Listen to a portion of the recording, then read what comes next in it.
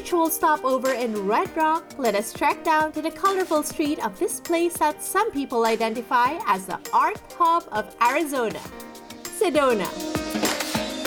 Tlaquepaque Arts and Shopping Village was built in the 1970s as a way to promote their local artisans here in Sedona. Tlaquepaque literally means the best of everything. We now delve further into Sedona's art and culture. Joining us in this robust cultural district is one of their local artists and art enthusiasts, the operator of Red Canyon Collections, Jenny Snap. All right, Jenny, thank you so much for showing me around your shop. I absolutely love it. It's so eclectic and it features a lot of local artists, which I love. Now, can you tell me a little bit of Tlaquepaque? Like, how did it start? Oh my goodness, of course. So Tlaquepaque was actually discovered in a new way by a gentleman named A. Miller in the early 70s. And when he went to Mexico, he found this village, fell in love with it, and decided to build it to scale here in Sedona. And he choreographed the entire complex so that none of the trees would be hurt or injured. And so they're kind of growing into the side of the building. And so when you're shopping around, you'll kind of see this really enchanting, beautiful greenery and shrubbery. I love the trees. It just gives it so much character. So it's a really kind of a fun, interesting, unique, enchanting place to come and visit.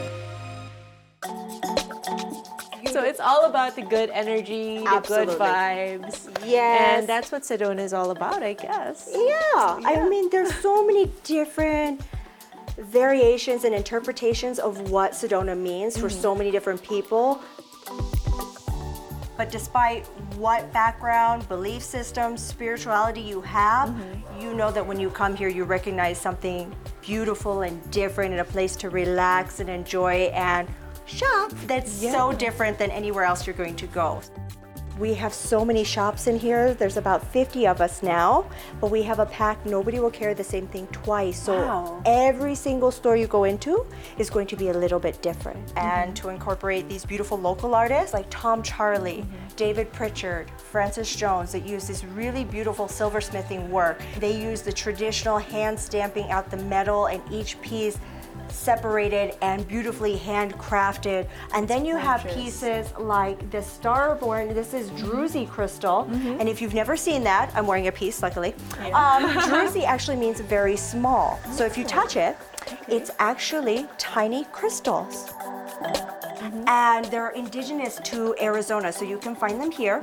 And then we have things literally out of this world. So we have some meteorite. So it's got that all-encompassing feel.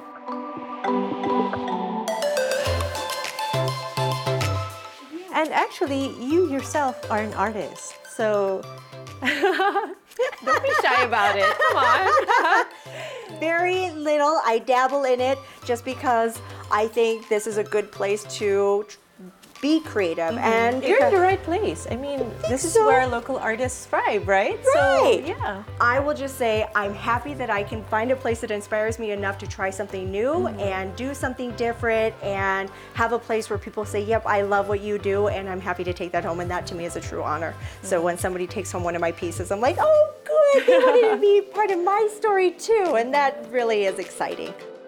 And I think that's what this place really does to artists. It inspires them, and as well as, I don't know, all the visitors to this place, to Sedona. It just makes them feel good, and just, I don't know, it gives them a different kind of point of view. Yeah. Thank you so much, Jenny. Yeah, I appreciate absolutely. your time, and I love what you've done with this store. And I love that you're introducing local artists from Sedona and from the Midwest to everyone in the world. After a taste of true American artistry, it's time to see Filipino advocates of arts and diversity gather for a grand cultural event. Filipinos and Asians assemble in Arizona. That is trending next.